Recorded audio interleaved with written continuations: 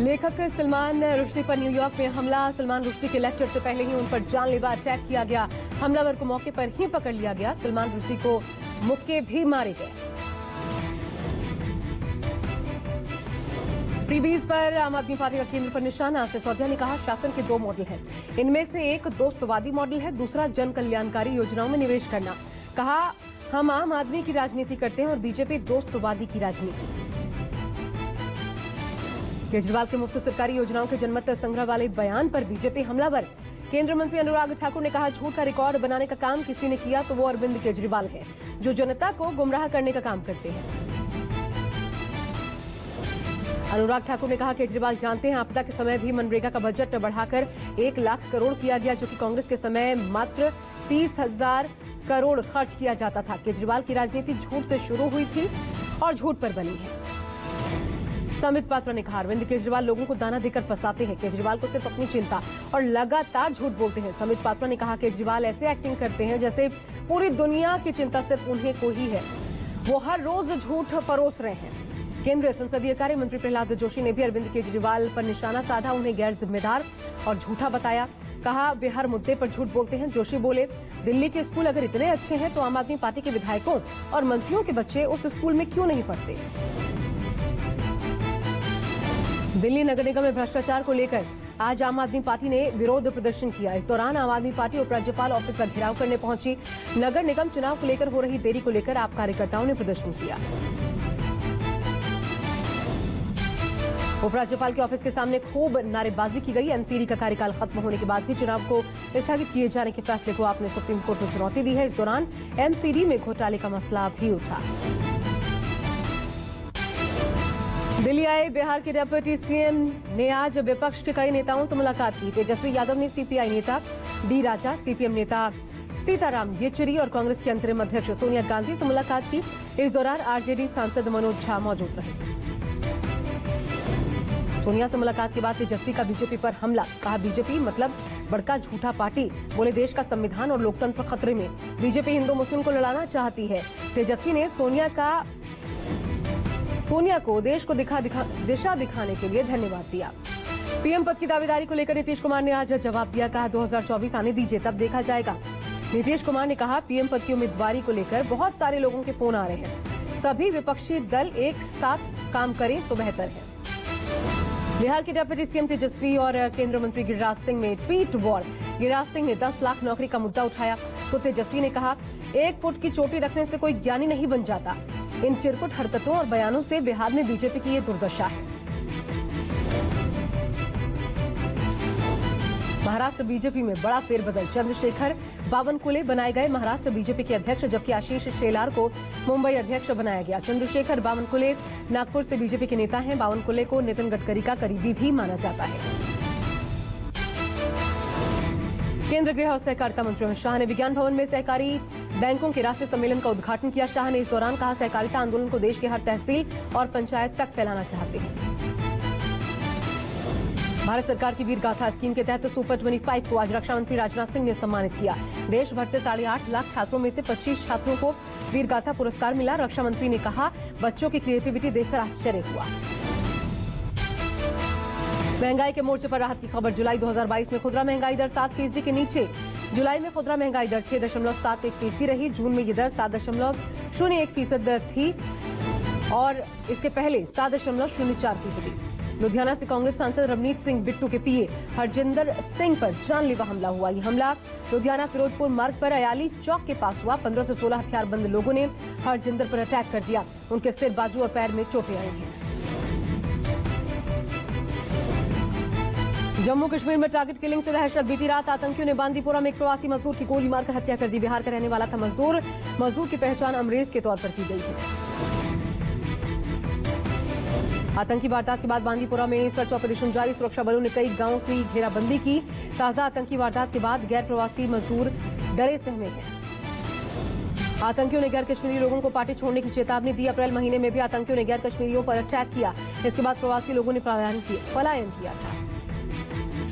स्वतंत्रता दिवस के मद्देनजर एलओसी पर हाई अलर्ट। घुसपैठ की आशंका को देखते हुए सीमाई इलाकों में एंटी टनल सर्च ऑपरेशन जारी है। इस अभियान में एसओजी के साथ सीआरपीएफ और बीएसएफ के जवान भी शामिल हैं। रामबन के कैफेटेरिया में भारी पत्थरबाजी के कारण यातायात बाधित। लोगों को जम्मू श्रीनगर रामबन की पृष्ठभूमि के बिना जम्मू श्रीनगर राष्ट्रीय राजमार्ग पर यात्रा नहीं करने की सलाह।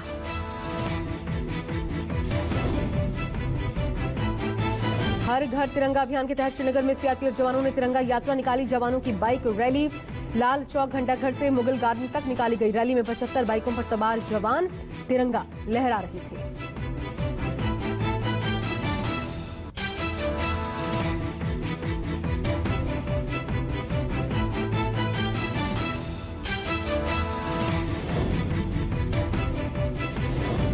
अंबावला छावनी की सड़कें आज देशभक्ति के रंग में डूबी नजर आई।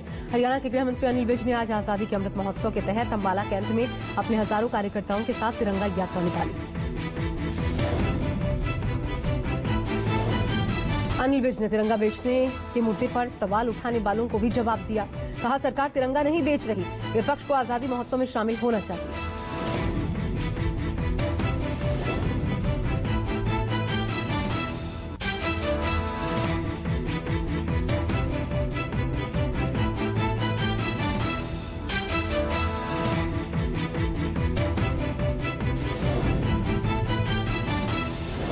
श्रीनगर के डल झील में हर घर तिरंगा अभियान के तहत तिरंगा शिकारा रैली आयोजित की गई। शिकारा रैली को राज्यपाल मनोज सिन्हा ने झंडी दिखाकर रवाना किया।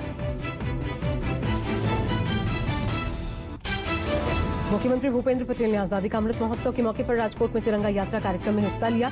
बड़ी तादाद में लोग भी मौजूद रहे। कानपुर पुलिस ने 75वें स्वतंत्रता दिवस के अवसर पर तिरंगा यात्रा आयोजित की, लोगों को जागरूक किया। रायपुर में आजादी का अमृत महोत्सव मनाने के लिए बीएसएफ ने वॉकथॉन का आयोजन किया। बड़ी संख्या में स्थानीय लोगों ने हिस्सा लिया। मुरादाबाद में मदरसों में 75वें स्वतंत्रता दिवस की तैयारियां चल रही हैं। रंगोली अन्य कार्यक्रमों की भी तैयारियां कर रहे हैं बच्चे।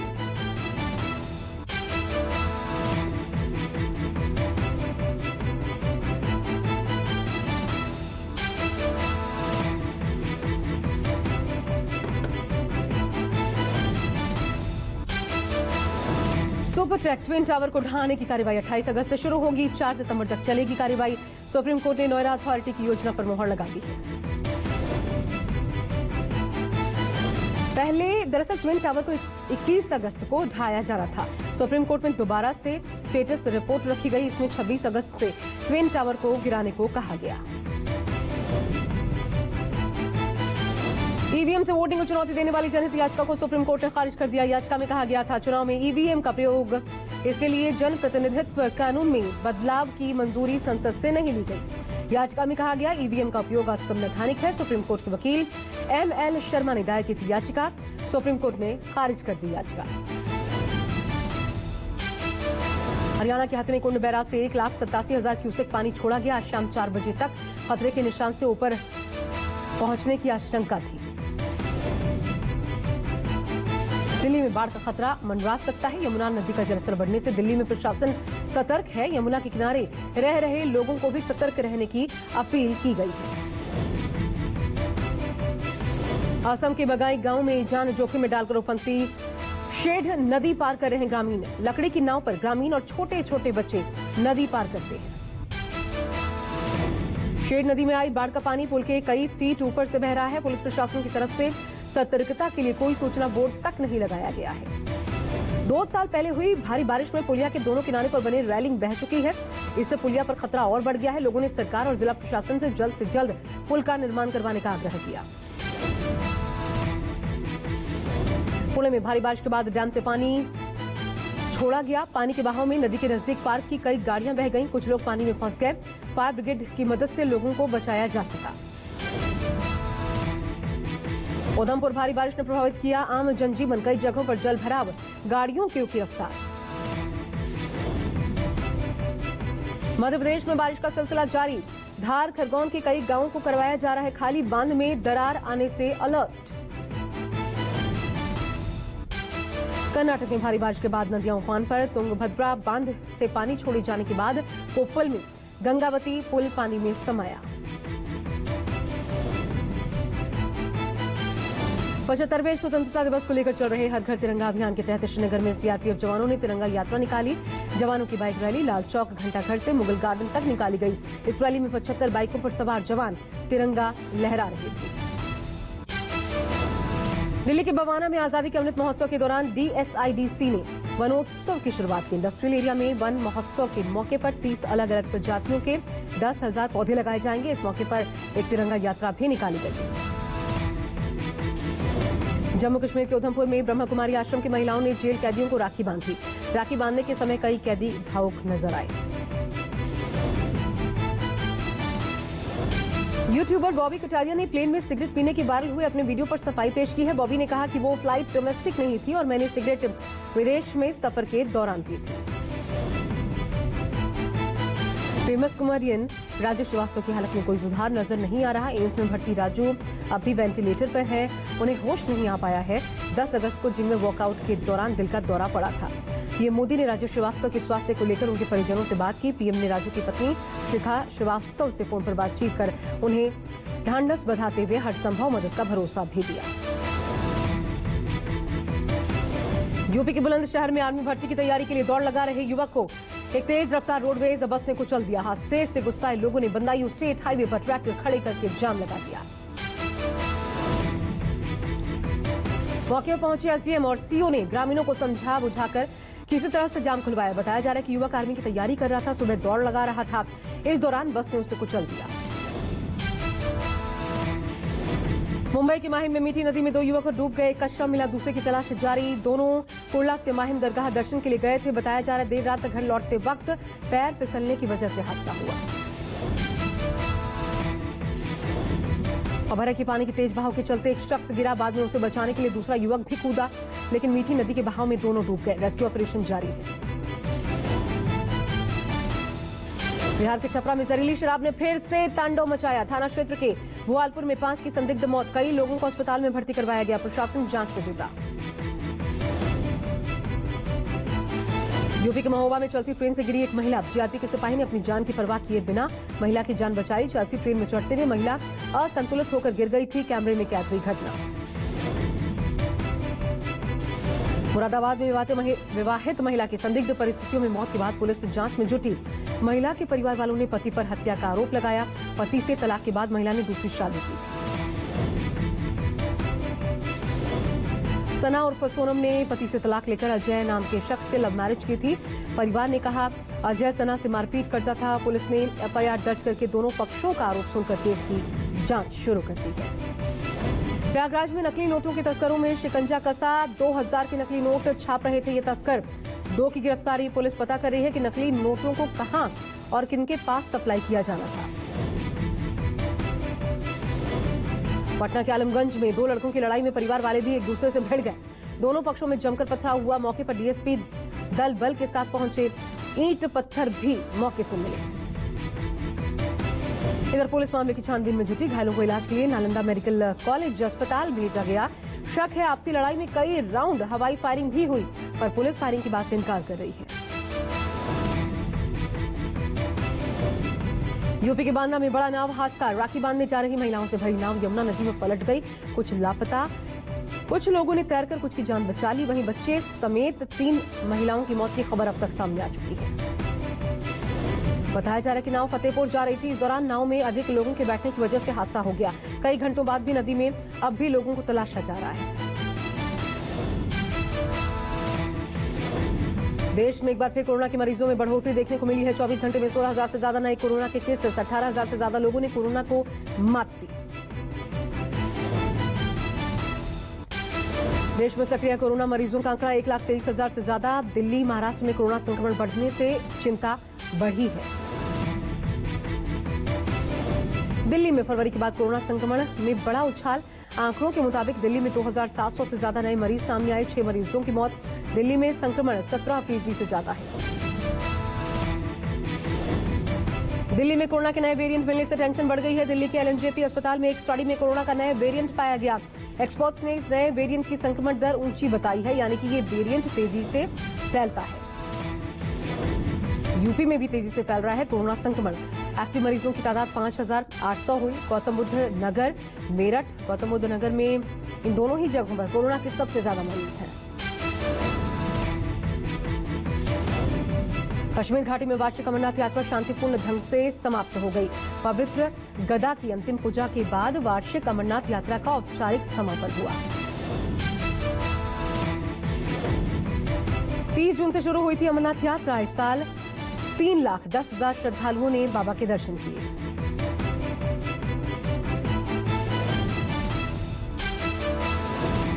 उज्बेकिस्तान में प्रधानमंत्री मोदी और पाकिस्तान के प्रधानमंत्री शहबाज शरीफ की अगले महीने मुलाकात तो हो सकती है। शंघाई कोऑपरेशन ऑर्गेनाइजेशन की बैठक में दोनों नेताओं के मुलाकात की खबर है। उज्बेकिस्तान के समरकंद में SCO यानी शंघाई कोऑपरेशन ऑर्गेनाइजेशन की शिखर बैठक 15 से 16 सितंबर को होनी है।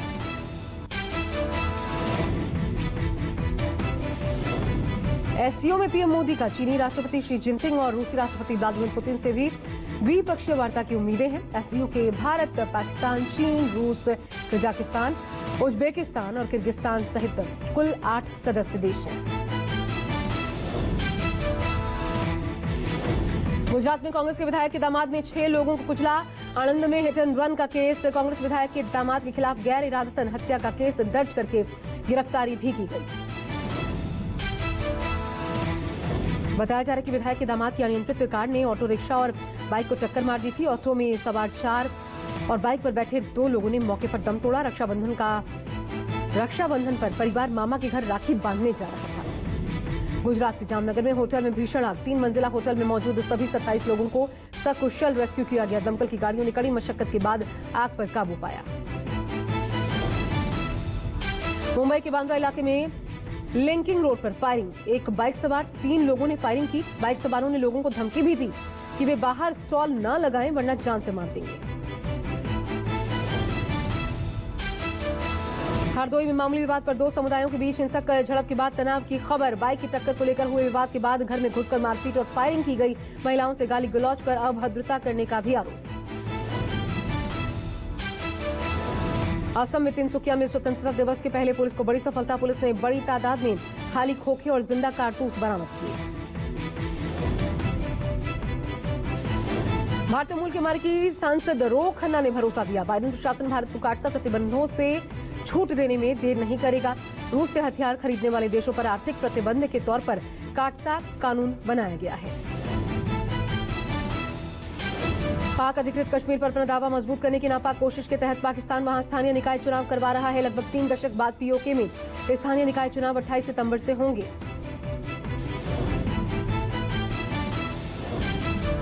चीन ने जैश ए मोहम्मद के आतंकवादी अब्दुल रऊफ अजहर का नाम काली सूची में डालने वाले अमेरिका भारत के प्रस्ताव संयुक्त राष्ट्र में रोक दिया। जैश प्रमुख मौलाना मसूद अजहर के भाई रऊफ कंधार विमान कांड से लेकर पुलवामा हमले का भी मास्टरमाइंड माना जाता है। अफगानिस्तान की राजधानी काबुल में गुरुवार को तालिबानी नेता शेख रहीतुल्लाह हक्कानी आत्मघाती हमले में मारा गया। हत्यारा पैर में विस्फोटक छिपाकर लाया था। हक्कानी पर इससे पहले 2013 और 2020 में भी हमला हो चुका था। श्रीलंका के पूर्व राष्ट्रपति गोटाबाया राजपक्षे ने अब थाईलैंड में पनाह ली है। गोटाबाया को कानूनी वजहों के कारण सिंगापुर छोड़ना पड़ा। राजनीतिक शरण देने से थाईलैंड के इनकार के बाद गोटाबाया किसी तीसरे देश में शरण की संभावना तलाशेंगे। बांग्लादेश के वित्त मंत्री मुस्तफा कमाल ने चीन की अहम परियोजना बेल्ट एंड रोड इनिशिएटिव के जरिए कर्ज ले रहे विकासशील देशों को चेतावनी दी। उन्होंने कहा, बीजिंग की नीतियों की वजह से कुछ देश कर्ज संकट में फंस गए हैं। बांग्लादेश पर खुद $4 अरब का कर्ज है। नॉर्थ कोरिया के तानाशाह किम जोंग उन ने बिना वैक्सीन के ही कोरोना को हराने का दावा किया। किम की बहन किम यो जोंग ने इस बात की जानकारी दी। किम यो जोंग ने दक्षिण कोरिया पर गुब्बारे के जरिए वायरस भेजने का आरोप लगाते हुए उसे मिटाने की धमकी भी दी। श्रीलंका में सरकार के खिलाफ शुरू हुआ आंदोलन 123 दिनों बाद आज खत्म हो गया। प्रदर्शनकारियों के मुताबिक सिस्टम में बदलाव आने तक अभियान हालांकि जारी रहेगा। सरकार के खिलाफ 9 अप्रैल को गाले फेस पर प्रदर्शन शुरू हुआ था। यूक्रेन को $1 अरब की सैन्य सहायता के ऐलान के फौरन बाद रूस ने पेट्रोस्क पर एयर स्ट्राइक की। रूसी मिसाइल हमले में कम से कम 13 नागरिकों की मौत की खबर। ग्रीस के पास शरणार्थियों की एक नौका कारपाथोस द्वीप के पास एशियन सागर में डूब गई। नाव में 80 लोग सवार थे, इसमें से 29 को बचाया गया। शरणार्थी तुर्की के अंताल्या में शरण लेने जा रहे थे। नेपाल की राजधानी काठमांडू में एक शू फैक्ट्री में भीषण आग लग गई। आग से करोड़ों का नुकसान। फिलहाल किसी के हताहत होने की खबर नहीं।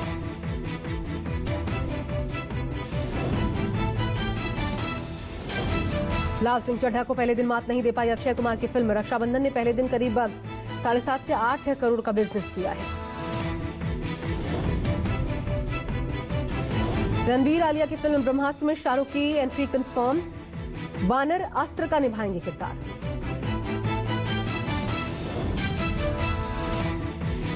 रक्षाबंधन पर कार्तिक आर्यन ने छुए बहन कृतिका तिवारी के पैर, सिर झुकाकर आशीर्वाद लिया।